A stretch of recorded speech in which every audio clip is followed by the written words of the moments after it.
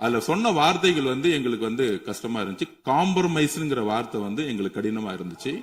நாங்க திருப்பியும் நாங்க பதிவு பண்ணிக்கிறோம். எந்த விதமான காம்ப்ரமைஸும் கிடையாது. தமிழ் தாய் வாழ்த்தை முதலில் பாடப்பட்டது எங்களுடைய முதலமைச்சருடைய வெற்றி, தமிழக மக்களுடைய வெற்றிங்கிறத நாங்க பதிவு பண்ணி எந்த காம்ப்ரமைஸும் இங்க நடக்கல. அதை நாங்க பதிவு பண்ணிக்கிறோம். வருமானம் பெருகும். அந்த வருமானம் திருக்கோயில்களுடைய மேம்படுத்துகின்ற பணிகளுக்கு உதவும் என்பதற்காகத்தான் அந்த பணிகளை மேற்கொண்டோம் என்பதை மாண்புமிகு அமைச்சர் அவர்களுக்கு இப்போது யார் அறிவுறுத்தி, ஒரு நிமிஷம், யார் அறிவுறுத்தி இந்த அரசாணையை வெளியிட்டிருக்கின்றாரோ அவர்தான் அப்பொழுது ஆணையாளராக இருந்தபோது இதே அறிவுறுத்தின் பேரில் அரசாணையை வெளியிட்டிருக்கிறார் என்பதை பேரவைத் தலைவருக்கு பேரவைத் தலைவர் வாயிலாக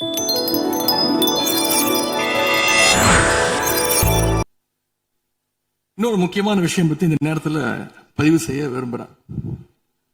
அறநிலையத்துறையின் அசையும் மற்றும் அசையா சொத்துக்களின் வருவாய் அதன் புனிதமான நோக்கத்திற்கு மட்டுமே பயன்படுத்தப்படும் அப்படின்னு ஆளுநர் உரையில இடம்பெற்றிருக்கு.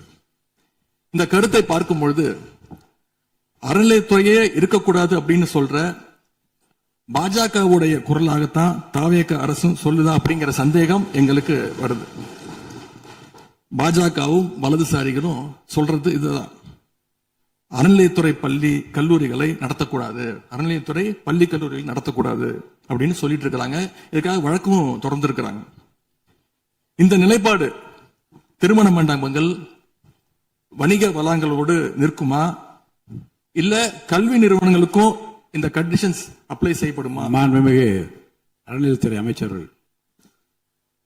மாண்புமிகு பேரவை தலைவர் அவர்களே, மாண்புமிகு தமிழ்நாடு முதல்வர் அவர்களே, அறநிலையத்துறையை பொறுத்த வரைக்கும் கோவில்களின் வருமானம் கோவில்களில் வரக்கூடிய பக்தர்களுக்காக செலவிடப்படும் என்பதை நம்முடைய ஆளுநர் உரையில் இடம்பெற்றதுதான் அதனுடைய சாராம்சம். இன்னொன்று, சமீபத்தில் வெளியிடப்பட்ட திருமண மண்டபங்கள் மற்றும் வணிக வளாகங்கள், அந்த பணிகள் துவங்கப்படாத பணிகள் நிறுத்தப்பட்டது என்பது இந்த பணிகளை பொறுத்த வரைக்கும் நாம் ஆராய்ந்த வரைக்கும் அந்த கோவில்களில் பொதுமக்களுக்கு தேவையான அடிப்படை வசதிகள், பொதுமக்களுக்கு தேவையான தங்குமிட வசதிகள், பொதுமக்கள் பக்தர்கள் வரப்போது அவர்களுக்கு தேவையான அடிப்படையிலான கழிப்பறை வசதிகள் போன்ற இந்த வசதிகளை மேம்படுத்துவதை காட்டிலும் இவர்கள் கமர்ஷியலாக கோவில்களுக்கு திருமண மண்டபங்கள் கட்டுவதிலும் வணிக வளாகங்கள் கட்டுவதிலும் அதன் மூலமாக வருவாய் ஈட்டுவதை மட்டுமே குறிக்கோளாக வைத்துக் கொண்டு இந்த திட்டங்களை துவங்கியதன் காரணமாக மேலும் அதன் மீது பல்வேறு நீதிமன்ற வழக்குகள், ஸ்டே ஆர்டர்ஸ் இருப்பதனால நாம் அதையெல்லாம் ரத்து செய்து அறிவிச்சிருந்தோம். இதற்கு ஒரே ஒரு உதாரணமாக எந்த அளவிற்கு கோவில்களை கமர்ஷியலாக மாற்றுவதற்கு கடந்த ஆட்சி காலத்தில் முயற்சி செய்து கொண்டிருந்தார் என்பதற்காக ஒரே ஒரு சிறிய உதாரணத்தை மட்டும் சொல்லிடுறேன். அருள்மிகு குன்னூரில் இருக்கக்கூடிய அருள்மிகு விநாயகர் திருக்கோயில், ஏறத்தாழ அந்த கோயில்கள் இருந்து கோயில் நிதியை பயன்படுத்தி 10 கோடி ரூபாய் மதிப்பில ஒரு மல்டி லெவல் கார் பார்க்கிங் வசதியை அந்த கோயிலுக்கு ஏற்படுத்துவதற்கான திட்டத்தை இந்த அரசு அனுமதித்திருக்கிறது. இதற்கு முன்னால் இருந்தக்கூடிய அமைச்சர் அவர்கள் அதை அறிவித்திருக்கிறாங்க. அந்த கோயில்ல ஒட்டுமொத்தமாக மாதத்திற்கு வரக்கூடிய பக்தர்களின் எண்ணிக்கையே 500 தான் ஆவரேஜா. அதே போல அந்த கோவில்களுக்கு அடிப்படையில கழிப்பறை வசதி கூட கிடையாது. இது மட்டும் இல்ல, குன்னூர் மற்றும் உதகையை சுற்றி இருக்கக்கூடிய அனைத்து பகுதிகளிலும் இருக்கக்கூடிய 50 கோவில்கள்ல பேசிக்கா இருக்கக்கூடிய டாய்லெட் ஃபெசிலிட்டிஸ் கூட அங்க இருக்கக்கூடிய கோயில்களுக்கு கிடையாது. அப்படிப்பட்ட இடங்கள்ல கோயில் நிதியை பயன்படுத்தி எதற்காக மல்டி லெவல் கார் பார்க்கிங் தேவைப்படுது? அப்ப இது கமர்ஷியல் திட்டங்கள் இல்லையா? கோவில் நிதியை இப்படி கமர்ஷியலாக பயன்படுத்துவதற்கு எதிராக தான் நாம இந்த திட்டங்களை எல்லாமே தடுத்து, இந்த திட்டங்கள் தேவையில்லை, அதற்கு பதிலாக நம்முடைய அரசாணையிலே வெளியிட்டிருக்கிறோம். மிக தெளிவாக கடைசி வரியை படித்து பார்த்தால் எல்லாருக்கும் தெரியும். இந்த கோவில் நிதியை பயன்படுத்தி கோவிலும் பக்தர்களும் பயன்படக்கூடிய வகையில மாற்று திட்டங்களை உருவாக்கும்ன்ற வரியை நம்ம மென்ஷன் பண்ணியிருந்தோம். எந்த இடத்திலையுமே மக்கள் பயன்படக்கூடிய கல்வி நிலையங்களையோ இல்ல இது போன்ற மருத்துவ வசதிகளையோ நாம செய்து தரமாட்டோம்னு சொல்லல. இன்னும் சொல்ல போனா கடந்த 5 ஆண்டுகள்ல ஒன்றிய அரசின் நிதி உதவியோடு பழனியில பாத்தீங்கன்னா ஒரு சித்த மருத்துவமனை கட்டுவதற்கான நிதி உதவியை ஒன்றிய அரசு தருவதற்கு தயாராக இருந்தது. ஆனா கடந்த ஆட்சியில அந்த திட்டத்தை அப்படியே கடப்புல போட்டுட்டு கேட்டா ரெக்கரிங் செலவை எங்களால ஏத்துக்க முடியாது அப்படின்னு சொல்லி கடப்புல போட்டு வச்சிருந்த இந்த திட்டத்தை நாம இன்றைக்கு கையில் எடுத்து அதை துவங்குவதற்கான ஆய்வில் இறங்கியிருக்கிறோம்.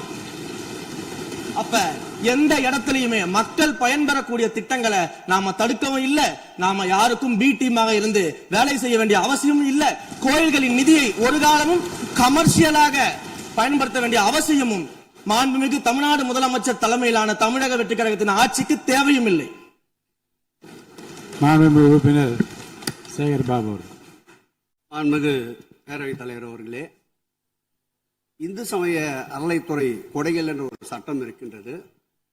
அந்த சட்டத்தில் விதி 69 என்ற குறிப்பிடப்பட்டிருக்கின்ற அந்த பணிகள் சட்ட விதிகளுக்கு உட்பட்டு சட்டத்தின் 36 பிரிவிலிருந்து தான் இந்த பணிகள் மேற்கொள்ளப்பட்டன.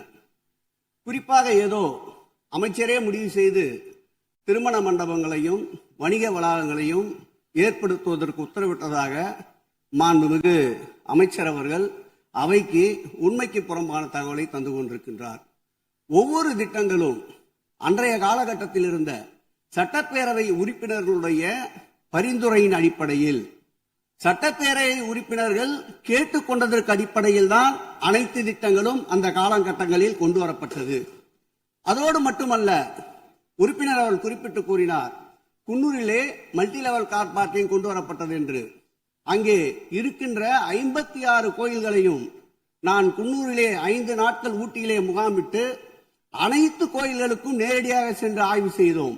அந்த ஆய்வின் அடிப்படையில் அந்த திருக்கோயில்களுக்கு வருகின்ற பக்தர்களுடைய அடிப்படை தேவைகளுக்கு வருமானத்தை உயர்த்துவதற்காக குன்னூருக்கு சுற்றுலாவிற்கு வருகின்ற மக்களுடைய வாகனங்கள் போதிய அளவிற்கு பார்க்கிங்களுக்கு இடமில்லாமல் தவிக்கின்ற சூழ்நிலையில் அங்கே மல்டி லெவல் பார்க்கிங் கொண்டு வந்தால் நகராட்சி பரிந்துரையின் அடிப்படையில் வருமானம் பெருகும். அந்த வருமானம் திருக்கோயில்களுடைய மேம்படுத்துகின்ற பணிகளுக்கு உதவும் என்பதற்காகத்தான் அந்த பணிகளை மேற்கொண்டோம் என்பதை மாண்புமிகு அமைச்சர் அவர்களுக்கு இப்போது யார் அறிவுறுத்தி, ஒரு நிமிஷம், யார் அறிவுறுத்தி இந்த அரசாணையை வெளியிட்டிருக்கின்றாரோ அவர்தான் அப்பொழுது ஆணையாளராக இருந்தபோது இதே அறிவுறுத்தின் பெயரில் அரசாணையை வெளியிட்டிருக்கிறார் என்பதை பேரவைத் தலைவருக்கு, பேரவைத் தலைவர் வாயிலாக அமைச்சருக்கு தெரிவித்துக் கொள்கிறேன். மேலும் அவர் கூறுவதற்கு எனக்கு பாயிண்ட் ஆஃப் ஆர்டர் பதில் கூறுவதற்கு அனுமதிக்க வேண்டும். மாண்புமிகு பேரவைத் தலைவர் அவர்களே, குன்னூரில் இருக்கக்கூடிய அந்த விநாயகர் கோயிலுக்கு சொந்தமான இடத்துல மல்டி லெவல் கார் பார்க்கிங் அமைப்பதற்கு ஏற்கனவே அங்க இருக்கக்கூடிய நகராட்சி நிர்வாகம் ப்ரப்போசல் வழங்கிய போது அந்த நகராட்சி நிர்வாகத்திடம் நம்முடைய நிலத்தை குத்தகைக்கு கொடுத்து அதன் மூலமாக இருக்கக்கூடிய வருவாயை வைத்துக் கொண்டு நாம் முடிந்த வரையில் நம்முடைய கோயில்களுக்கு தேவையான அடிப்படை வசதிகளை நாம் செய்து கொடுக்கலாம். ஆனால் கோயில் நிதியவே 10 கோடி எடுத்து அங்க மல்டி லெவல் கார் பார்க்கிங் எந்த விதமான பொதுமக்களும் பக்தர்களும் கேட்கல. பக்தர்களும் பொதுமக்களும் கேட்பதெல்லாம் கோயிலுக்கு உள்ளே சென்று மனநிறைவோடு தரிசனம் செய்துவிட்டு வெளியே வரும்பொழுது அவர்களுக்கு தேவையான அடிப்படை வசதிகளை தான் பக்தர்கள் கேட்டுக் கொண்டிருக்கிறார்கள். அதை செய்தாலே போதுமானது. மாநில எதிர்கட்சி தலைவர் பேசுகிறீங்க. மாண்பு போதுங்க. நீங்க சொன்னீங்க விளக்கம் சொல்லி திருப்பி இதை நான் அனுமதிக்க முடியாது. மாண்பு எதிர்கட்சி தலைவர் பேசுங்க. வேண்டாம், போதும். நீங்க பதில் சொல்லிட்டீங்க பாருங்க. மல்டி லெவல் கார் பார்க்கிங் தேவைன்னு அவர் இல்லைன்னு சொன்னாரு, ஏன் போட்டு நீங்க சொல்லிட்டீங்க. அதோட விவாதம் முடிந்தது. மாண்பு எதிர்கட்சி தலைவர் பேசுங்க. நீங்க திரும்ப எதுக்கு பாயிண்ட் பாடுற? இனிமே எதிர்கட்சி தலைவர் பேசி முடிக்கிற வரைக்கும் குறுக்கீடுகள் அவசியம் இருந்தால் அனுமதிப்பேன், அனுமதிக்க முடியாது. எதிர்கட்சி தலைவர் பேசலாம். ஒரு குற்றச்சாட்டு இல்ல, அவர் விளக்கம் தான் சொன்னார். என்ன குற்றச்சாட்டு சொன்னாரு? அவர் விளக்கம் சொல்லிட்டாரு. மாண்பு எதிர்கட்சி தலைவர் நீங்க பேசலாம். இனி மாண்பு எதிர்கட்சி தலைவர் பேசி முடிக்கிற வரைக்கும் எந்த குறுக்கீடுகளுக்கும் நான் அனுமதிக்க முடியாது. அவசியம் ஏற்பட்டால் விதிகள் உட்பட்டு அனுமதிக்க வேண்டிய உரிமை எனக்கு இருக்கிறது. இப்போது மாண்பு எதிர்கட்சி தலைவர் பேசலாம். நீங்க பதில் பாருங்க. அவர் சொன்ன உடனே நீங்க பதில் சொல்லிவிட்டீர்கள்.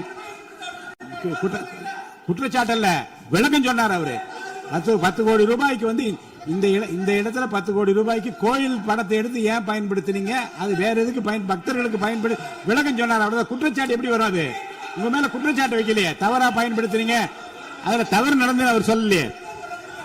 அதை குற்றச்சாட்டாக எடுத்துக்கொள்ள முடியாது, விளக்கமாகத்தான் எடுத்துக்கொள்ள முடியும். மாண்புமிகு எதிர்க்கட்சி தலைவர் அவர்கள் பேசலாம்.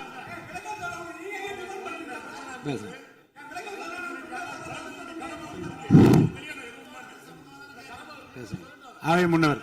மாண்புமிகு பேரவைத் தலைவர்களே, அவை முன்னவர்கள் அதற்கான விளக்கத்தை சொல்லியிருக்கிறார்கள். இந்த அறநிலையத்துறை அமைச்சர் அவர்கள் விளக்கத்தை சொன்னார்கள். நீங்கள் அதற்கும் விளக்கத்தை கேட்டு பதிலளித்திருக்கிறீர்கள். மீண்டும் மீண்டும் அவர் சொல்வதற்கெல்லாம் பதிலளிப்பதற்கு அவை நேரமில்லை. மாண்புமிகு எதிர்க்கட்சி தலைவர் அவர்கள்.